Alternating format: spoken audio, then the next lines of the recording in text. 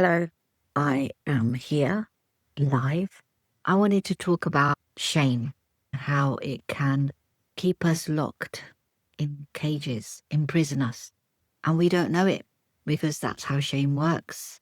It's invisible to us. We're unconscious of shame, especially when we have been shamed most of our lives. And sometimes that shame happens not by those nearest and dearest. It happens because we're part of the collective unconscious. We're shamed by the collective consciousness. We're shamed by ourselves. We shame ourselves. And sometimes we don't even know that this is what is happening. We don't understand that this is what is happening. We shame ourselves for not achieving enough. We shame ourselves for not being enough. We shame ourselves for staying in a relationship for many years because that's all we know. That's what's familiar for us. We shame ourselves for not making enough money.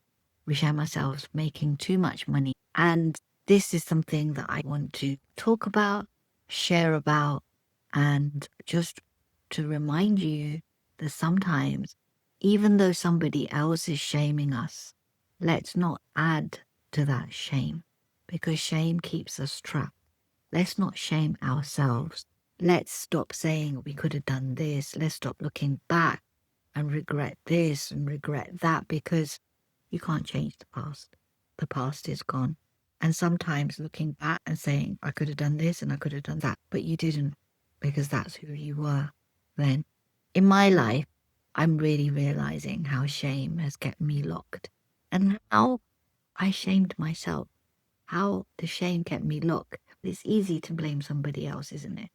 I kept myself locked in that cycle of shame. It was me. And now I'm realizing, this is what my therapist taught me, the antidote to shame is self-compassion. Lots of people talk about self-love, self-care. Not very many people talk about self-compassion. And sometimes the best way for self-compassion is to forgive ourselves. Hope you found this useful. Be back soon.